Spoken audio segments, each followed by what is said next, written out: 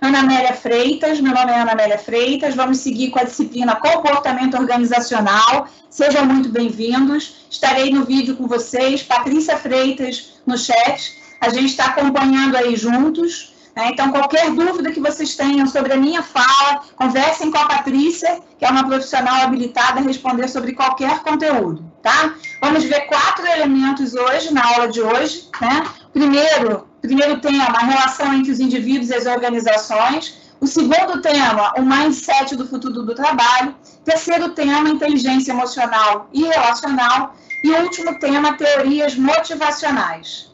Então, começando aí pelo primeiro tema, a gente tem a relação entre os indivíduos e as organizações.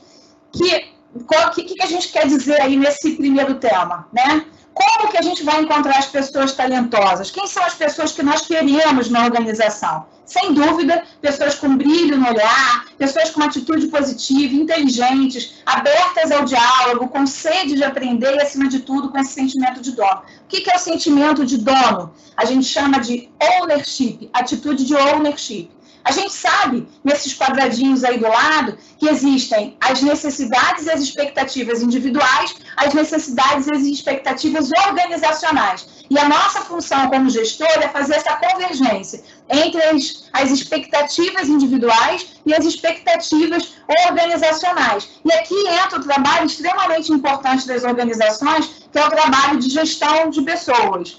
A gente tem 3 elementos nesse trabalho que se articulam entre si, que é a seleção de talentos muito na linha do atrair talentos, a retenção de talentos, quer dizer, como é que a gente, depois que atraímos, como é que a gente mantém esses talentos na nossa organização, e o engajar talentos, é fazer com que esses talentos realmente se engajem, né, se comprometam com aquelas atividades na organização. Então, criar essas experiências incríveis, um ambiente acolhedor, um ambiente favorável para que essas pessoas consigam se engajar nas organizações, tá? Então, as estratégias organizacionais, elas são criadas com esse intuito, da gente atrair pessoas qualificadas, reter essas pessoas, que essas pessoas não vão buscar outras oportunidades na concorrência e se engajem no nosso negócio. Como é que elas vão se engajar? Através desse compromisso, dessa inspiração, desse ambiente favorável aí para o engajamento de talentos. Nós viemos de uma época da administração científica, onde não permitiam ao empregado ter noção do que estava produzindo. Eram atividades mecânicas. Mas nós tivemos agora uma mudança radical de paradigma. Que mudança é essa? A gente trouxe o eixo do poder para a mente, né? Para os processos mentais. E tiramos esse eixo do poder do braçal, do trabalho mecanicista, dos músculos. Então, essa nova forma de encarar essa contribuição humana fez surgir novos modelos de gestão voltados para a excelência. Então, nós temos aí várias ferramentas, o MEG, o PEG, buscando a excelência nos processos e a excelência na operação. Para quê? Para que a empresa realmente consiga evoluir em relação aos seus concorrentes, em relação às novas propostas e as mudanças que o mercado, né, está sempre aí realizando. Então, a gente tem pessoas, hoje em dia, quando a gente fez essa mudança do músculo para a mente, a gente entende que as pessoas são as vantagens competitivas, né? O que vai diferenciar uma empresa da sua concorrência? São as pessoas, são os recursos humanos. Além disso, nesse cenário de mudança que nós vimos assim constantemente, principalmente agora, né, nos últimos anos, com a pandemia, o quanto essas empresas tiveram que se atualizar e se preparar para estar competitiva nesse novo mercado.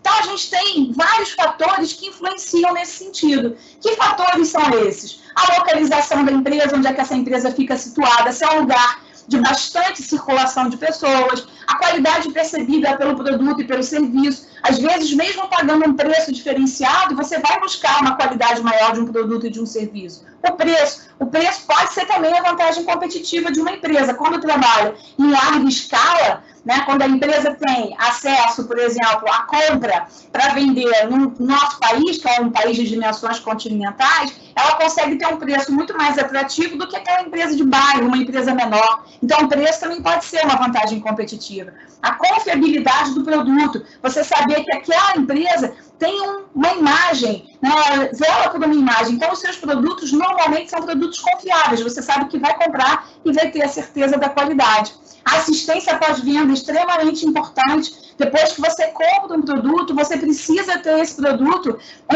atendendo às suas necessidades. Se o produto 7 dias depois, um mês depois, para de funcionar, você vai ficar insatisfeito com esse produto. E a empresa precisa facilitar esse serviço para sua troca, caso realmente seja configurado um problema no produto. A embalagem desse produto, às vezes, é uma embalagem atrativa, a rapidez na entrega, como nós vimos isso aqui ao longo da pandemia, o quanto a gente optava por uma empresa em relação à outra, quando são produtos identificáveis, nós buscávamos uma empresa que entregava aquele produto de uma maneira mais rápida. Como é que você decide suas compras no dia a dia? Você já parou para pensar nisso? Se não parou, pensa. Como é que você faz? Qual desses itens aqui você prioriza, né? Faz uma escala, faz uma ordenação. Quais são os itens mais importantes para você ver como é que você define a sua vantagem competitiva, né? A vantagem competitiva que você percebe nas organizações. Então, o que é vantagem competitiva? Quais são os benefícios da gente trabalhar na linha da vantagem competitiva? Ela diferencia uma empresa dos seus concorrentes, ela torna-se superior à concorrência em algum aspecto, ela garante a geração de valor aos seus clientes. Então, a gente tem um grande exemplo que é o Google. O Google traz aí a questão da inovação na alma, na veia, né? A gente sabe hoje em dia que inovação diferencia demais uma empresa da outra, essa capacidade de se ajustar a esse mundo VUCA, que a gente vai entender um pouquinho mais à frente. O Google faz isso brilhantemente. E ele tem uma frase, uma filosofia, uma premissa que faz com que os colaboradores trabalhem nessa direção. Que premissa é essa? Se você pode fazer algo que melhore a experiência do seu cliente, faça. Porque você fazendo isso, o teu cliente vai voltar. Ele vai ficar satisfeito. Ele vai perceber que você atendeu às necessidades dele. Lembra lá no primeiro slide que a gente falou as necessidades individuais e as necessidades organizacionais? O cliente também tem necessidades individuais. E quando a gente consegue convergir essas necessidades, articular, né, que a necessidade do cliente seja nossa também. Para quê? Para que a gente consiga se diferenciar da concorrência e conseguir, de fato, trazer esses resultados efetivos para o negócio. Então, a empresa estar à frente do seu concorrente, a gente já viu que é essencial, né? Mas os colaboradores, eles precisam adotar comportamentos também estratégicos. Então, o que a empresa precisa priorizar? Capacidade de inovação, comunicação eficaz. Comunicação é o calcanhar de Aquiles das empresas. Muitas vezes as empresas não sabem como estabelecer essa comunicação hierarquicamente, dos níveis mais altos para os níveis mais baixos. E, às vezes, aquele colaborador da base, ele não tem acesso às informações estratégicas. Ele precisa ter, para ele poder o quê? Se engajar na estratégia daquela organização. Absorção e transferência de conhecimentos extremamente importante. A gente compartilhar o que a gente sabe com a nossa equipe, com os nossos colegas de trabalho, com a nossa liderança. A gente precisa aprender, reaprender e compartilhar esse conhecimento. Resolução de problemas, a gente precisa ser ágil na resolução de problemas. Os problemas não são iguais, cada vez mais complexos, e a gente precisa estar sempre se atualizando para poder responder a contento a esses novos problemas. Aprimoramento dos processos e dos produtos, sempre. A gente precisa sempre inovar. Entender que as necessidades dos clientes também são evolutivas. Então, para a gente poder agregar valor, a gente vai precisar estar com essa característica de inovação sempre em alta. Super importante esse dado, né? Extremamente preocupante. 76% da força de trabalho nacional está infeliz e insatisfeita no trabalho. Por que será? A gente pode parar para pensar nisso. O que faz as pessoas estarem infelizes? A pesquisa da Great Place to Work fala para a gente sobre 3 dimensões: orgulho, camaradagem e confiança na liderança. Será que a gente tem esses 3 elementos para as pessoas estarem tão infelizes em relação à atuação profissional, né? Aquele espaço de trabalho? Somente 24% dos brasileiros declaram-se felizes nesse ambiente de trabalho. É uma coisa que nós, enquanto gestores, temos que estar sempre atentos e preocupados. O que a gente pode fazer de diferente para mudar essa realidade, para inverter esses índices, para inverter esses valores? E a gente precisa pensar a empresa como um todo, né? Essa visão sistêmica que faz a gente pensar na empresa como um todo. Não adianta a gente focar numa determinada parte e esquecer uma ponta. Uma ponta esquecida é um gargalo. Então, a disciplina traz para a gente aí um estudo de caso, um caso concreto, onde um dono de uma quitanda, ele se preocupa em comprar os produtos super frescos, ele vai de manhã, né, para o seu centro de distribuição para buscar esses produtos, tem uma área de qualidade que vai pensar se esses produtos estão adequados à qualidade, mas o entregador lá na ponta, no final desse processo, ele não tem cuidado com a mercadoria. E aí a mercadoria chega para o cliente amassada, os ovos quebrados. Será que é esse o modelo que a gente precisa? Essa ponta toda que está desalinhada com todo o restante do negócio, será que ela vai impactar negativamente? Sem dúvida nenhuma vai. Então a gente precisa ter essa visão sistêmica, entendendo que a gente precisa garantir o melhor processo, do início ao final. De que adianta uma parte da equipe estar comprometida com esse trabalho se o todo não está? Se tem uma ponta desalinhada, a gente precisa alinhar todas as pontas. Então, para que a gente tenha as empresas perenes vivendo nesse mercado, né, e participando, crescendo, a gente precisa de estratégias também na área de gestão de pessoas. Estamos falando de gestão de pessoas, comportamento organizacional. Então, nessa mesma linha, a gente tem uma pesquisa conduzida pelo ISMA que fala que a gente tem que ter 4 elementos. 4 elementos. Que elementos são esses? São elementos que vão impactar na atuação de pessoas felizes, né? E as características que lhes são peculiares. Quais são essas características? Autoestima, a autoestima precisa estar elevada, a autoconfiança, saber que você é capaz de fazer a diferença, otimismo, acreditar que vai dar certo, e a flexibilidade. Por que a flexibilidade é importante? Porque ela vai ajudar você a se ajustar às novas exigências do mercado, às novas possibilidades aí de resolução de problema. E a gente tem algumas tendências que vale a pena falar. McKinsey, ele aponta para a gente 14% da força de trabalho atual, hoje em dia, vai migrar de atividade, vai mudar de atividade até 2030. Meu Deus, mas como é que pode uma coisa dessa? Claro que pode, por quê? A gente tem um avanço tecnológico, a tecnologia cada vez mais presente, capaz de utilizar a tecnologia para estabelecer essas redes de relacionamento. Então, hoje a gente consegue ter acesso a uma informação globalizada. Os profissionais do conhecimento são os brainworks. O que é o brainworks? São aqueles com elevados níveis de escolaridade, grande bagagem de experiência. Vocês estão no caminho certo fazendo uma graduação. Por quê? Vocês estão ampliando o seu universo de conhecimento. Vocês estão buscando novos conhecimentos para quê? Para qualificação. Então, vocês serão também profissionais do conhecimento no futuro. Promoverão essa renovação dos conceitos mais elementares e desses processos organizacionais. O desempenho de cada um de nós, empregados de uma corporação, de uma empresa, vai ser potencializado pelas experiências positivas nesse ambiente de trabalho. Então, o ambiente de trabalho, ele precisa ser favorável.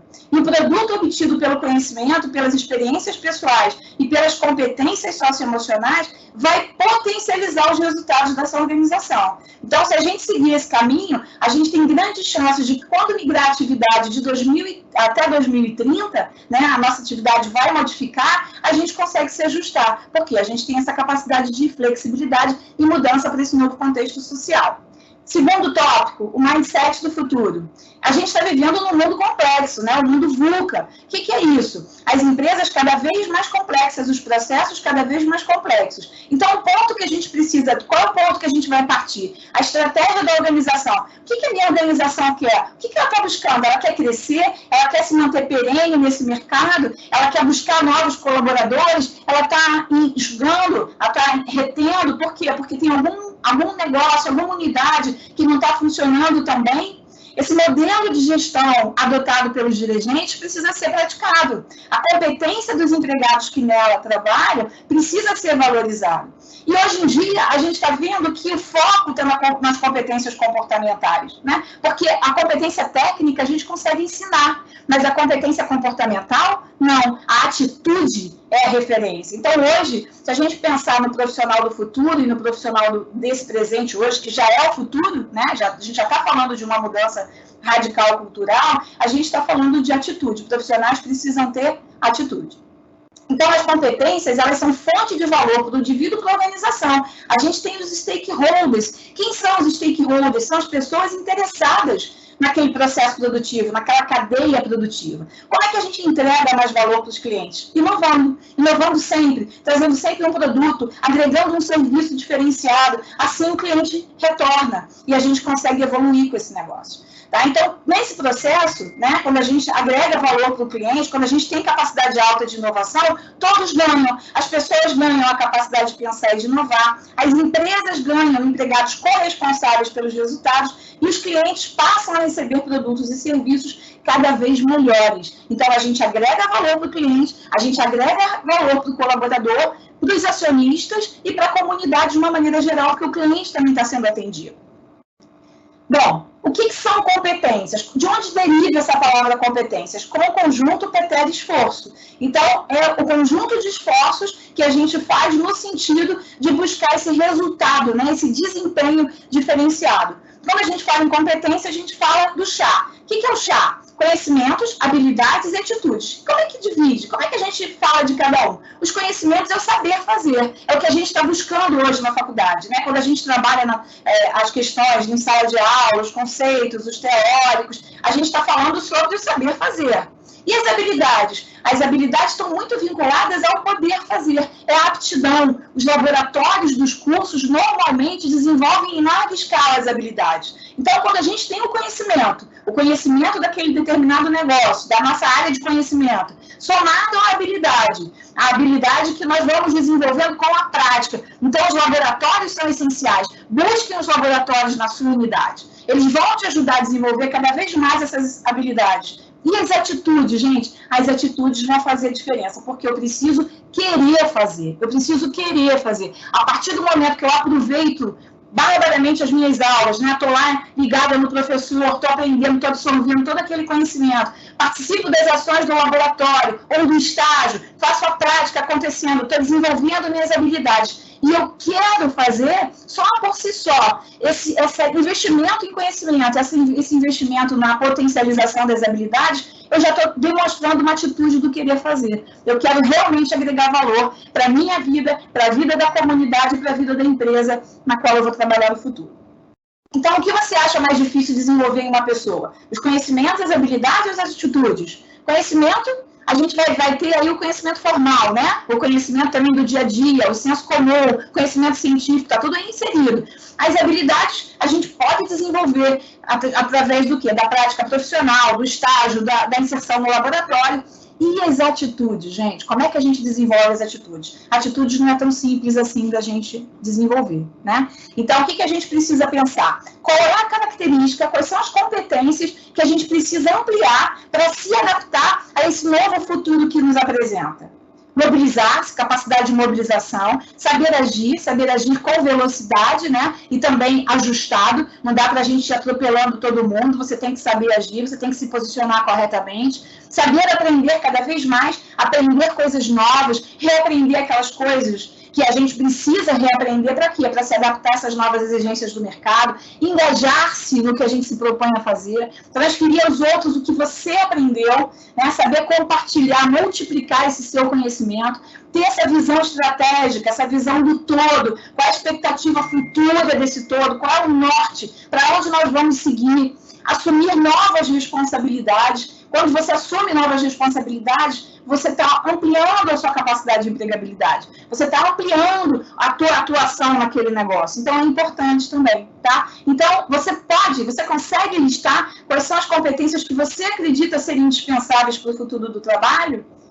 Vou te ajudar aqui. O mindset do futuro. O que a gente está falando hoje em relação a esse futuro que já está batendo na nossa porta? Você sabia que mais de 1/3 das competências requeridas para a maioria das profissões que serão relevantes até 2025 não são consideradas fundamentais atualmente? Então, olha só, a gente já precisa pensar fora da caixa para a gente saber que competências são essas exigidas do profissional do futuro, tá? Que hoje a gente não valoriza, por enquanto ainda não valoriza.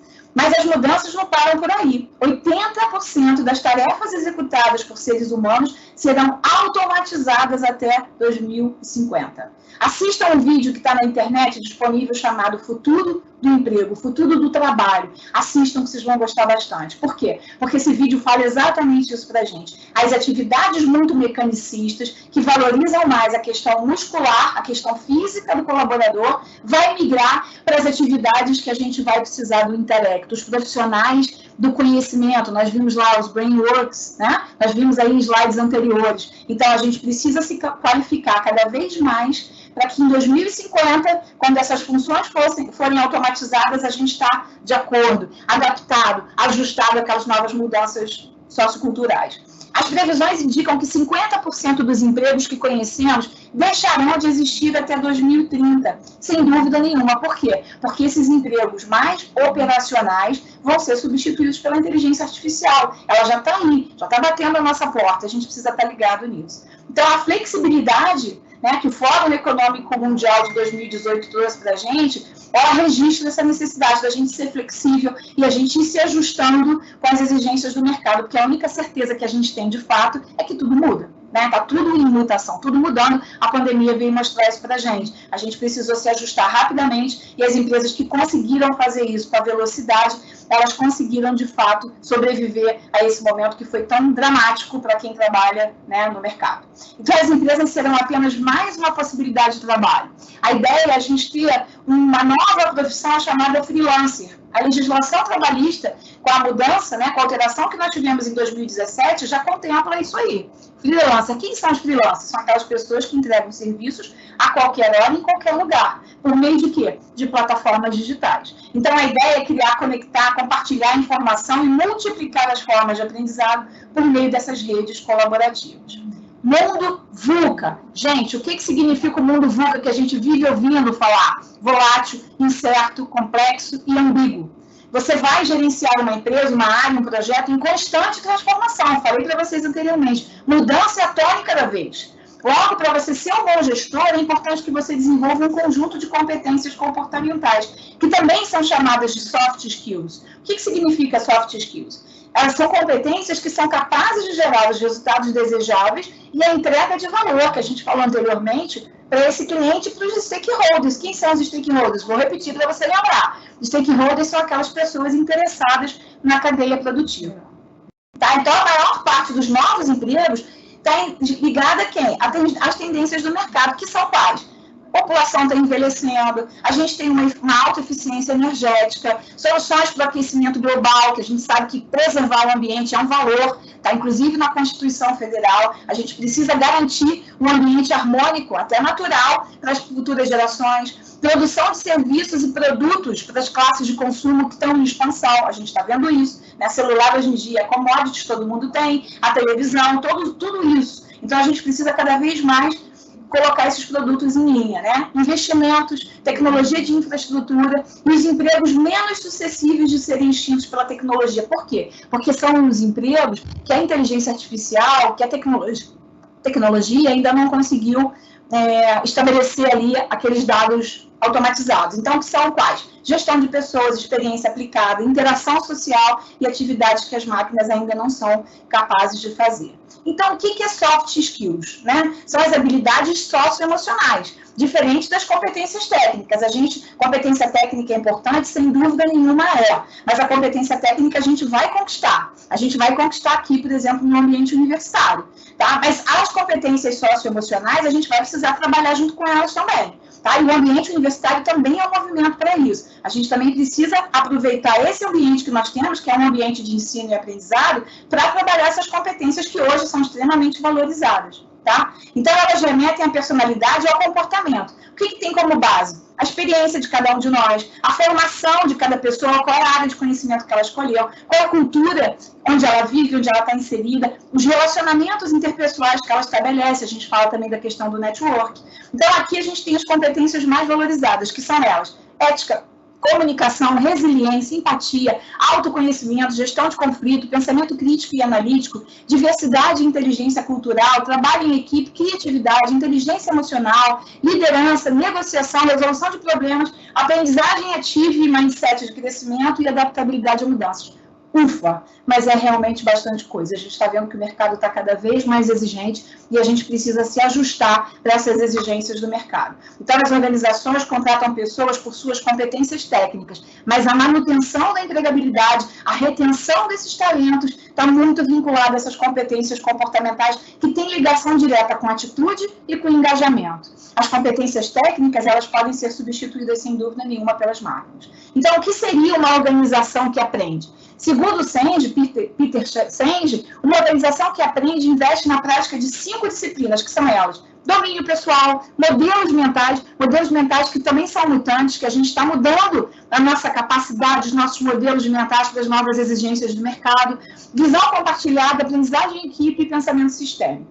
Pressupõe o alinhamento entre o perfil gerencial, a capacidade de liderança e a socialização do conhecimento da informação. Será que a gente está pronto? O que você acha? Estamos prontos para implantar esse modelo no dia a dia das empresas? 3 enfoques: né, que a gente precisa entender na construção desse ambiente favorável, esse ambiente que vai ajudar essas sementes a crescerem. O que a gente precisa pensar? Enfoque analítico, para que as pessoas possam desafiar constantemente suas premissas, ou seja, capacidade de inovar, abordagem participativa, por meio da reunião de empregados com diferentes perspectivas, ouvir a base, porque eles têm muito conhecimento. Eles têm muito conhecimento. Não sei se vocês sabem, mas a 3M, quando ela lançou o post-it foi a ideia de um colaborador da base. Então, a base tem muita informação. Aquela pessoa que lida direto com o cliente, ela vai agregar muito valor para você. Por quê?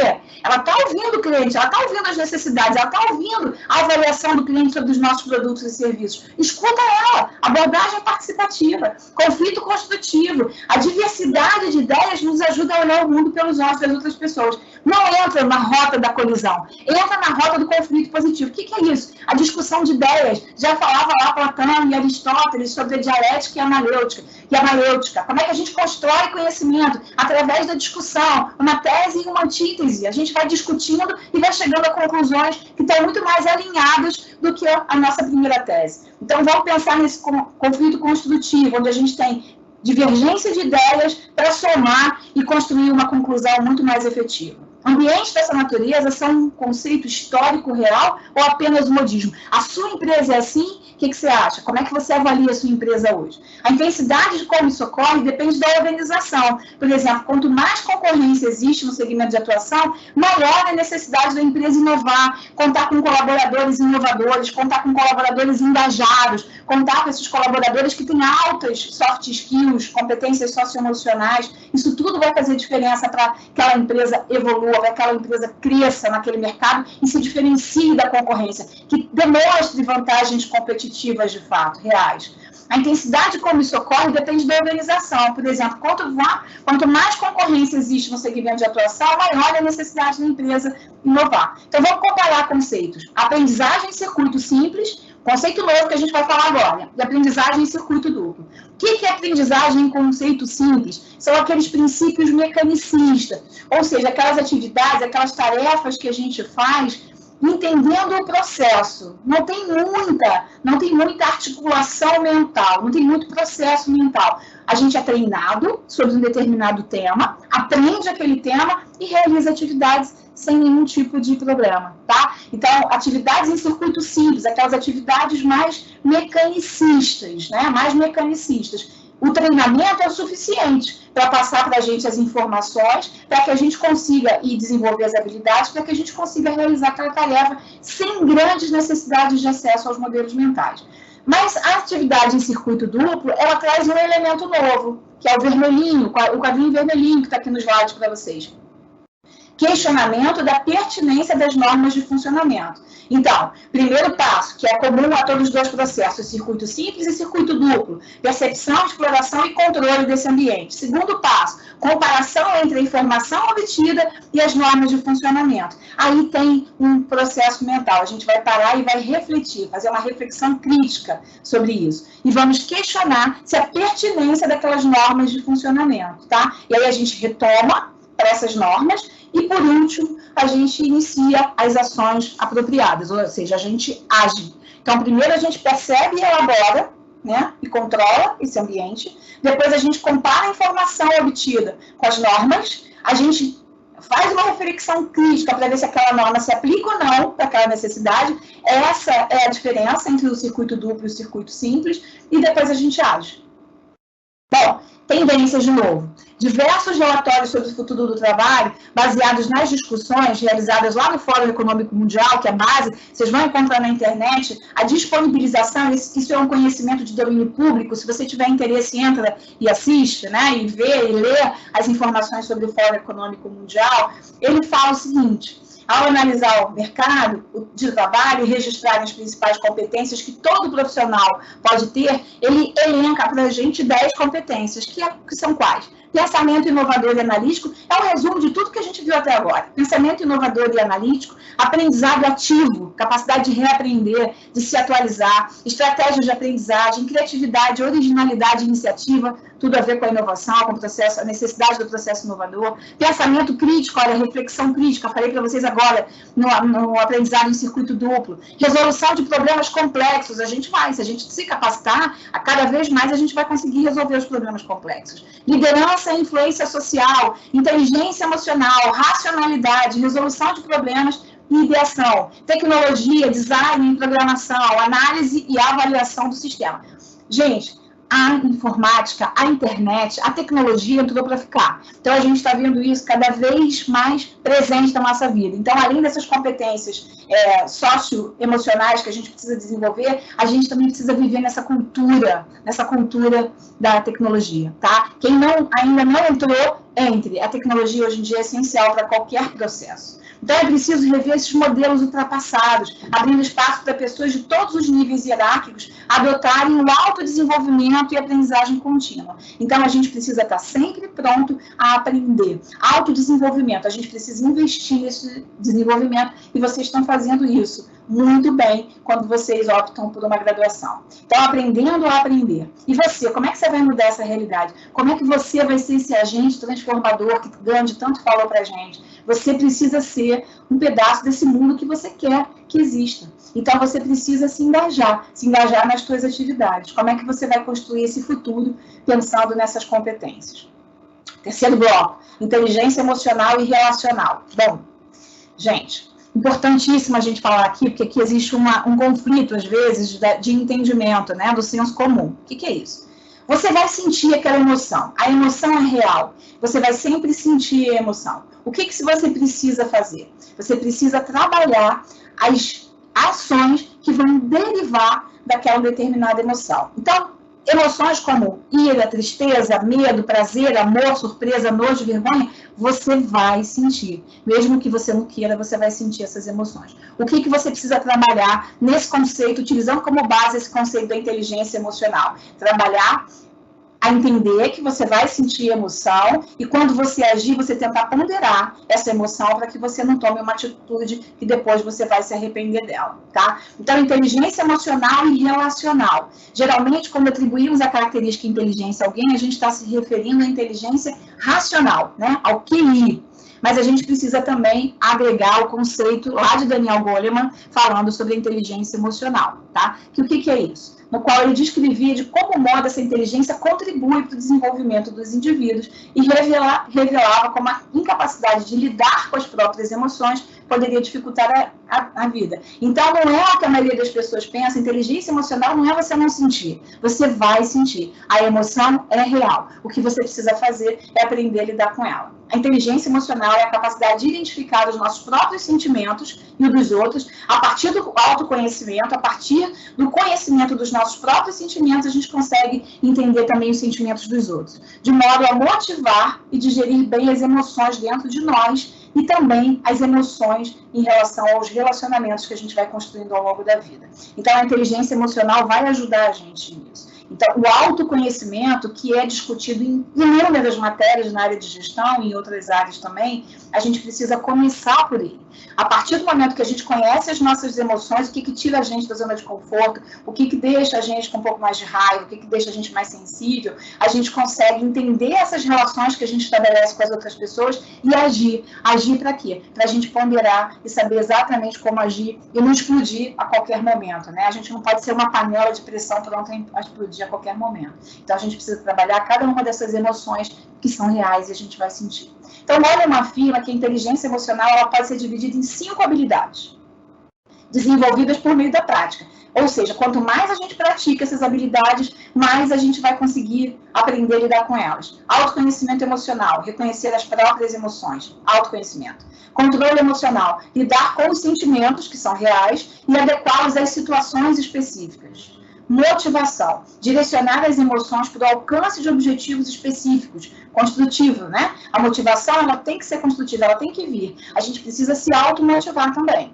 Reconhecimento das emoções nas outras pessoas por meio da empatia. O que é empatia? É a gente entender a posição do outro. Muitas vezes antigamente eu pensava o seguinte, empatia é a gente saber se colocar no lugar do outro. Mas se colocar no lugar do outro não é uma coisa tão simples. Hoje em dia as pessoas, os teóricos, né, a doutrina, está repensando essa coisa. Não é se colocar no lugar do outro, é o quê? É entender a perspectiva do outro, que é diferente da nossa, a gente precisa entender e respeitar.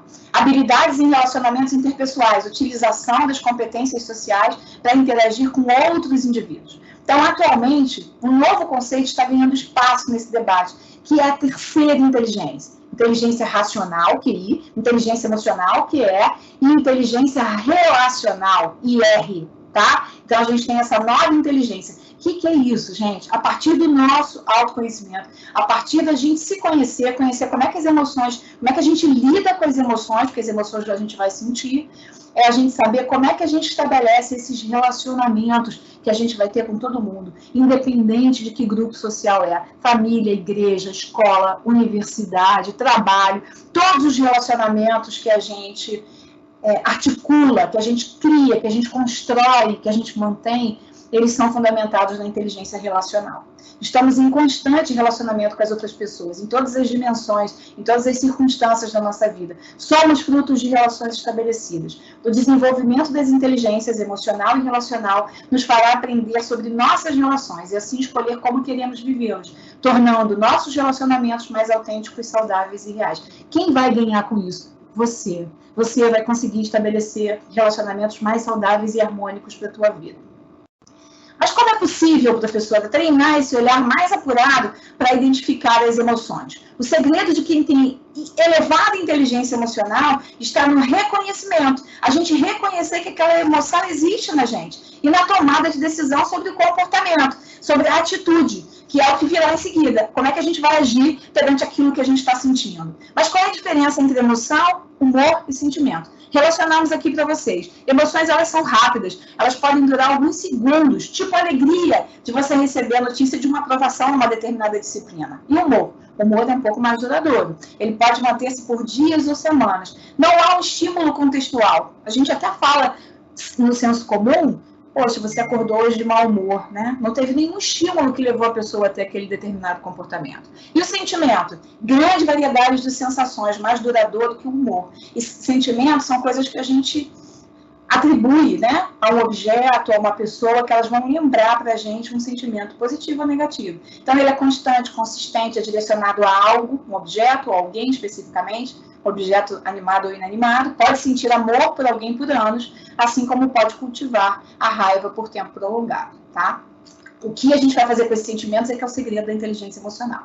Então, a gente pode reaprender, ressignificar essa inteligência emocional. Como? Nós somos seres mutantes. A gente consegue se adaptar às novas vertentes, às novas exigências, capazes de realizar transformações na gente e no ambiente que cerca a gente. Então, vamos pensar a partir do autoconhecimento e dessa consciência coletiva para a gente saber como agir. Tira da tua frente os pensamentos sabotadores, né? Que o coaching chama aí de crenças limitantes. O que é isso, gente? São aqueles que podem minar a nossa capacidade de autocontrole.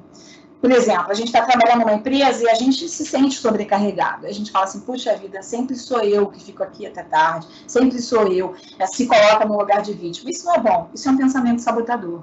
Eu não gosto daquele homem. Então, assim, isso tudo são pensamentos sabotadores. Vamos tentar ultrapassar isso para a gente conseguir uma harmonia e uma saúde melhor na nossa vida. A gente sabe que a vida está difícil para tanta gente, né? Para todo mundo a vida está difícil. Como é que a gente faz a partir de agora? Então, antes da gente se preocupar com os sentimentos dos outros, a gente precisa se perguntar para a gente, o autoconhecimento, o que eu sinto, o que eu penso, o que eu quero. A partir daí, a gente vai começar a estabelecer essas relações com as outras pessoas, tá? E a gente tem uma tendência, né? De acordo com o MHA, a publicação da OMS, o mundo perde $1 trilhão por deixar de tratar ansiedade e depressão. Ansiedade e depressão são as doenças do século, a gente sabe disso, né? Eu sou psicóloga, particularmente, e acompanho isso muito de perto. As pessoas estão cada vez mais ansiosas e deprimidas, e a gente precisa agir rápido.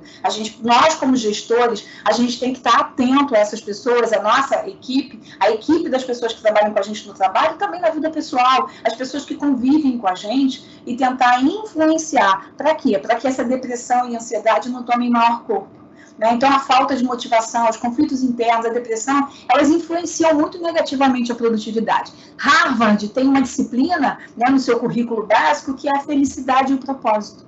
Felicidade. Por quê? Porque a gente acredita que a felicidade está diretamente relacionada com a produtividade. Se eu estou feliz no meu trabalho, eu sou produtivo. Se eu estou infeliz no meu trabalho, eu sou improdutivo. Tá? E além do que, a gente tem os números mostrando que a infelicidade afasta o colaborador. Ele acorda sem vontade de trabalhar, sem motivação, ele não está engajado. E aí o que vai acontecer com esse colaborador? Vai faltar, vai criar uma desculpa para faltar, vai se sentir mal, porque o nosso corpo acaba refletindo, somatizando as nossas questões mentais. Então pensa nisso. De que forma você, como gestor, consegue ajudar esse colaborador a repensar e a transformar essa ansiedade e depressão, canalizar essa energia para o engajamento na organização. Os ganhos são coletivos. As pessoas, as organizações e a sociedade como um todo sairão beneficiados pelas práticas mais ativas voltadas a esse amadurecimento emocional, a felicidade daquele colaborador, se preocupa com ele, saiba como é que ele está, se disponibilize para ajudá-lo. Para quê? Para que você consiga ter realmente uma força de trabalho produtiva e uma pessoa feliz trabalhando com você. Último conceito, gente, teorias motivacionais, conceitos mais básicos. Nós temos vários conceitos sobre motivação. Trouxe para vocês aqui 3, Bergamini, Vergara e Latam. O que eles dizem, Bergamini? Motivação deriva originalmente da palavra latim movere, que significa mover, e representa a junção das palavras mover e ação. Aquilo que faz as pessoas se moverem em direção a algo e como fazem é o objetivo de estudo da motivação. Vergara diz o seguinte, motivação é a energia que impulsiona em direção de algo, engaja a gente para realizar uma atividade. Um motivo que nos leva à ação, uma força intrínseca dentro de nós, que está dentro de cada indivíduo. Tudo que os outros podem fazer é estimular, incentivar e provocar. Ou seja, a gente não consegue motivar ninguém. O que a gente pode fazer é estimular alguém para que ele se motive. Né? O que a gente pode fazer em termos de ação no nosso dia a dia, como liderança, para ajudar aquele colaborador a se sentir motivado e engajado na atividade que ele desenvolve. E Latam? Latam explica a importância de considerar as necessidades, os valores e o ambiente de trabalho.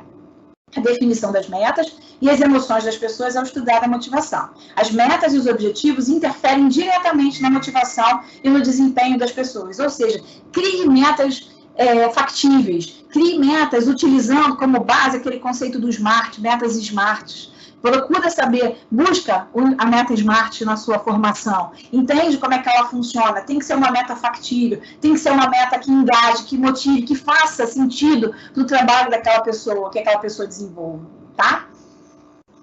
Continuando aqui na motivação, todas as pessoas têm as mesmas necessidades? Não. A gente sabe que as pessoas são diferentes. Elas são motivadas por questões diferentes. Os interesses são diferentes. A bagagem cultural, a formação profissional, a educação, a cultura, os valores, as crenças são diferentes. O estágio da vida em que as pessoas se encontram apresenta variações que as tornam distintas umas das outras. Principalmente, a gente está falando das gerações, né? Qual é o estágio da vida que a pessoa está? O que ela está priorizando naquele momento?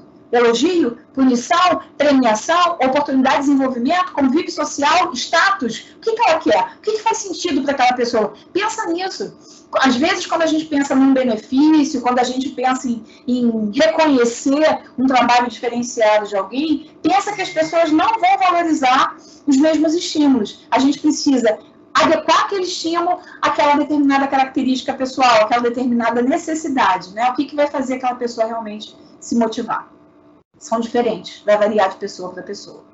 Quando as pessoas têm altas, elevadas expectativas sobre si mesmo, não conseguem alcançar os objetivos, né? Quando a gente tem um desalinho entre as capacidades individuais e os objetivos, a gente estabelece objetivos que não são factíveis de serem alcançados, a gente pode cair em mecanismos de defesa, que Silvia Vergara diz para a gente, ela lista esses mecanismos, que são ele. Racionalização, quando a gente atribui uma justificativa a algo, exemplo, um colega não conseguiu ser o funcionário do mês e pensa que o reconhecimento nem é tão bom assim, nem vale a pena ser reconhecido. A generalização, atribuição a um grupo maior de algumas verdades que achamos absolutas.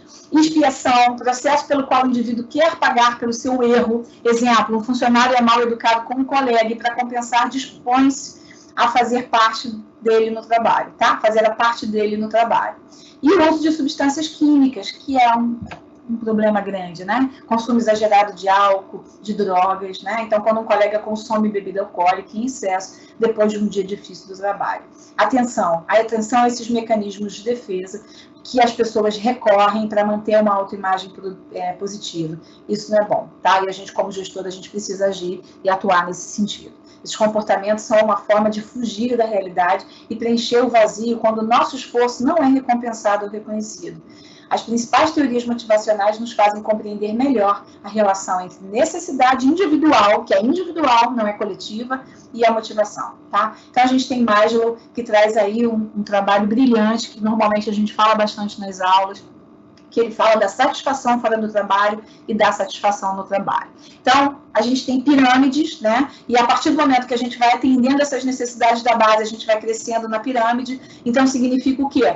Se a gente conseguir comida e água, a gente sobe para o segundo estágio, que é a liberdade, segurança da violência, tá? Ausência de poluição, ausência de guerras. Então, a partir do momento que a gente vai conquistando os elementos daquele primeiro estágio, daquele estado mais basilar, a gente vai subindo nessa pirâmide e adquirindo novas necessidades, tá? Até a necessidade premente no trabalho, que é o trabalho desafiante, né? O orgulho do trabalho que eu desenvolvo, diversidade, autonomia, participação nas decisões, crescimento pessoal, quando a gente fala em trabalho, educação, religião, passatempo, crescimento pessoal, quando a gente fala em fora do trabalho. Então, vamos buscando a realização desses degraus nossos e dos nossos colaboradores, para que a gente consiga chegar na autorrealização, que é o pilar mais alto aí dessa pirâmide, tá?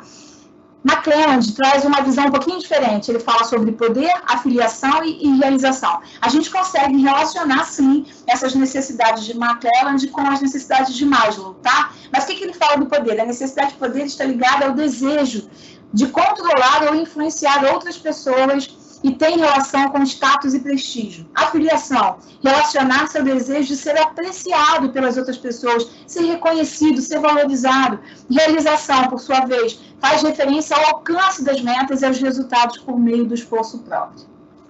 Nós temos também Skinner, que fala sobre o quê? Condicionamento condicionamento operante, que significa o quê? Reforços positivos, quando a gente recompensa alguém, né, dá algum estímulo de reconhecimento para aquela pessoa, a gente está reforçando positivamente, e o reforço negativo, que é a punição. Gente, a gente precisa ter a habilidade para trabalhar com esses dois condicionamentos operantes aí de Skinner, tá? Por quê? Porque se a gente fizer isso de uma maneira mal feita, a gente vai desmotivar o colaborador. Então, principalmente, atenção, foco nessas duas, não é só o negativo não, o positivo também. A gente precisa dizer por que a gente está reconhecendo, a gente precisa dizer qual foi o diferencial, né?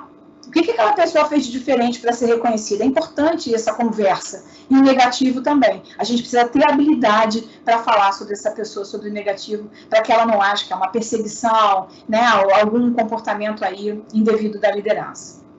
Vroom traz aí também uma outra teoria da motivação, que foi ampliada por Porter e Lawler, que é expectância, que é vinculada ao esforço individual, instrumentalidade, que é vinculada ao desempenho individual, valência, que é recompensa organizacional, e motivação, que são as metas, né, que precisam ser direcionadas, essas metas pessoais precisam ser direcionadas para quê? Para que a gente gere efetiva motivação naquele determinado indivíduo. Então, bastante atenção, você gestor, quando você define uma meta, tá bom? Gente, foi um prazer muito grande estar com vocês aqui hoje. Contem comigo, contem com a nossa instituição, a gente está aqui para ajudar vocês. Aqui tem alguns vídeos que vocês podem recorrer da Brené Brown, que traz aí vários conhecimentos sobre a nossa disciplina. Espero que tenha sido positivo, que vocês tenham gostado e até a próxima. Foi muito bom.